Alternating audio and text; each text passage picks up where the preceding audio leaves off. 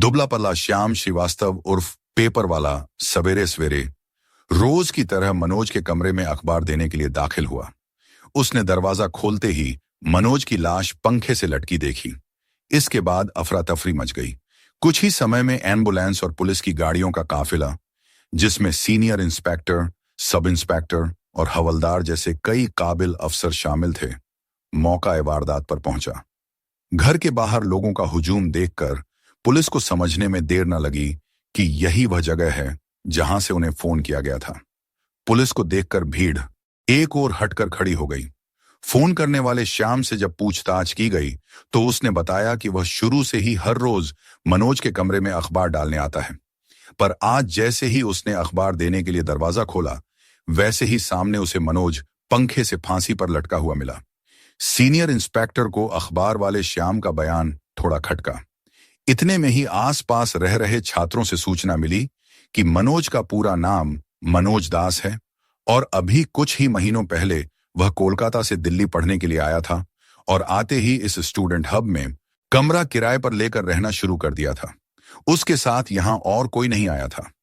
मनोज के पिताजी ही उसे शुरू में यहां कमरा किराए पर दिलवा कर गए थे। मनोज यहीं पर अपनी कोचिंग किया करता था।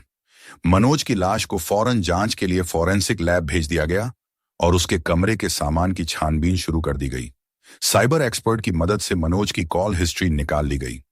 उनके पिता का नंबर तलाश कर उन्हें सूचना भिजवा दी गई, पर एक नंबर था जिससे मनोज दिन में कई बार बातें किया करता। उस नंबर को ट्रेस करने के बाद सिर्फ इतना ही मालूम हुआ कि वह नंबर दिल्ली का ही है।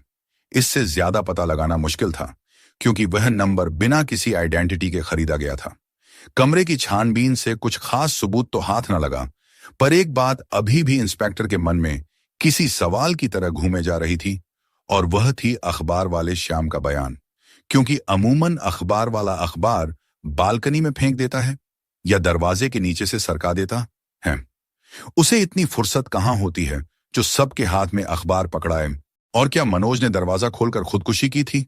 सीनियर इंस्पेक्टर ने हवलदार को इस श्याम अखबार वाले पर नजर रखने को कहा और साथ ही खबरियों को भी इसकी जानकारी निकलवाने का आदेश दिया। उधर अगले ही दिन की फ्लाइट से मनोज के माता पिता दिल्ली पहुंचे और थाने जाकर अपना परिचय दिया। अपने बेटे की चादर से ढकी लाश देखकर मनोज के माता पिता का रो रो कर बुरा हाल हो गया। पुलिस ने मनोज के माता पिता को दिलासा दी और पूछताछ के लिए सीनियर इंस्पेक्टर के पास ले आए।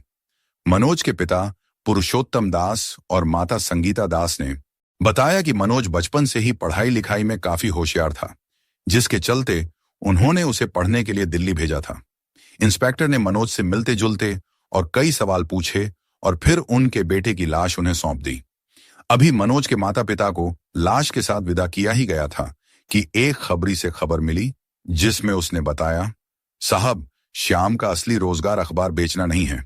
इसके अलावा वह और भी कई गैरकानूनी धंधों में शामिल है, पर पूरी तरह से नहीं। हवलदार ने भी यही बताया। श्याम का पिछले कई सालों से छोटी मोटी चोरी चकारी और छीना चपट्टी के लिए थानों में नाम आता रहा है, पर इसका नाम ऐसे किसी संगीन मामले में नहीं पाया गया है। सीनियर इंस्पेक्टर के इशारे पर आधी रात को ही श्याम को घर से उठवाकर थाने में बुलवा लिया गया। शुरुआत में किसी भी सवाल का सही जवाब न मिलने पर श्याम को रिमांड में लेने को कहा गया, जिससे डरकर उसने तोते की तरह सब कुछ सच उगलना शुरू कर दिया। बात कुछ महीने पहले की है। श्याम छोटा मोटा जेब कतरा था, पर इस काम में आगे जाते जाते उसकी मुलाकात कई गैरकानूनी धंधे करने वाले गिरोह से हुई।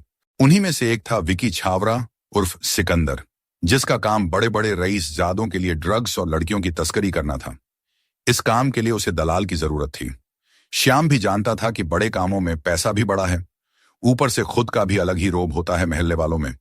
उसने धीरे धीरे सिकंदर के करीब आना शुरू कर दिया और देखते ही देखते उसका खास और भरोसेमंद आदमी बन गया।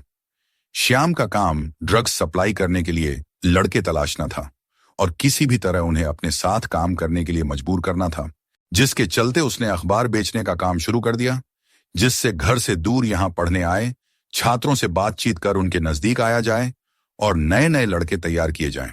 तकरीबन 5 महीने पहले मनोज भी यहां पढ़ने के लिए आया था।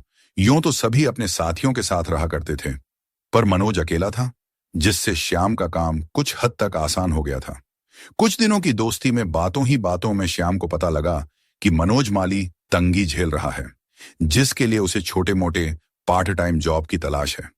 श्याम ने भी लगे हाथ अपना पत्ता फेंक दिया और कहा, देख मनोज, तुझे पार्ट टाइम जॉब चाहिए तो मैं दिलवा सकता हूं।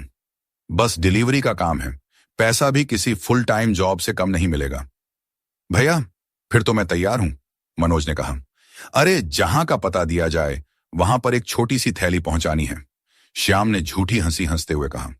मनोज काम करने के लिए तैयार हो गया। उसे लिफाफे में कुछ दिया जाता और साथ ही एक पर्ची पर पता भी लिखकर दे दिया जाता। मनोज वह छोटी सी थैली पैंट की जेब में डालकर उसे दिए गए पते पर छोड़ आता, जिसके बदले में उसे अच्छी खासी रकम नकद मिल जाती। ऐसे ही कुछ महीनों तक यह सिलसिला चलता रहा। एक दिन मनोज के जहन में आया कि आखिर छोटी सी थैली में ऐसी क्या कीमती चीज है जिसके लोग इतने रुपए दे देते हैं। उसने थैली को खोलकर देखा। उसके अंदर सफेद चूर्ण सा दिखने वाला कोई पदार्थ था। मनोज पढ़ा लिखा था। उसे शक हो गया कि कहीं यह उसी चीज की थैली तो नहीं जिसके बारे में उसने कई फिल्मों में देखा है। उसका शक तब और भी पक्का हुआ जब उसने उस सफेद चूर्ण से दिखने वाले पाउडर को सूंघ कर देखा और एहसास हुआ कि उससे इतने दिनों से एक गैर कानूनी काम करवाया जा रहा है। उसने तुरंत श्याम को फोन कर धमकी दी कि वह सुबह होते ही उसका भांडा फोड़ देगा और उसके खिलाफ केस करेगा। इधर श्याम ने यह सारा माजरा सिकंदर को फोन करके बताया। सिकंदर एक शातिर मुजरिम था। उसे ऐसे हालात से भी मुनाफा कमाना खूब अच्छी तरह से आता था। उसने कुछ गुर्गे भेजकर मनोज को अपने पास बुलवाया और खूब मीठी मीठी बातों से आदर सत्कार किया। मनोज नहीं जानता था कि श्याम के भी ऊपर कोई है जो इन चीजों का मास्टरमाइंड है। सिकंदर की दबंगई देखकर उसका भी दिल सहम गया। उसे महसूस हुआ कि वह ज्यादा पैसा कमाने के चक्कर में कैसे लोगों के चक्कर में फंस चुका है। सिकंदर ने मीठी जबान में कहा, अरे क्या है भाई, पढ़े लिखे हो, समझदार हो, ये पुलिस की धमकी देते हुए अच्छे लगते हो क्या? अच्छा, ये लो, इसे ले जाओ अपने साथ और मजे करो। सिकंदर ने अपने बगल में खड़ी एक खूबसूरत लड़की को पकड़ मनोज की ओर धकेल दिया। उस लड़की को देख मनोज का भी दिल बहक सा गया और वह सिकंदर के दिए हुए तोहफे को मना नहीं कर सका। मनोज उसे अपने घर ले आया। उस लड़की ने मौका पाकर मनोज को बेहोश कर दिया और बाहर हाथ में रस्सी लिए उस लड़की के इशारे और देख रहे श्याम और सिकंदर को जैसे ही कमरे के अंदर से उस लड़की का फोन आया, वे दोनों चुपचाप मनोज को रस्सी के सहारे पंखे से लटकाकर अपने अपने ठिकाने पर लौट गए। अगले दिन योजना के मुताबिक श्याम अनजान आदमी की तरह मनोज के कमरे में अखबार देने गया और खुद शक के घेरे से बाहर निकलने के लिए सामने से पुलिस को फोन कर दिया। इतना बताने के बाद ही हवलदार फोरेंसिक रिपोर्ट लेकर हाजिर हुआ, जिसमें साफ साफ लिखा था, मौत बेहोशी की हालत में हुई है।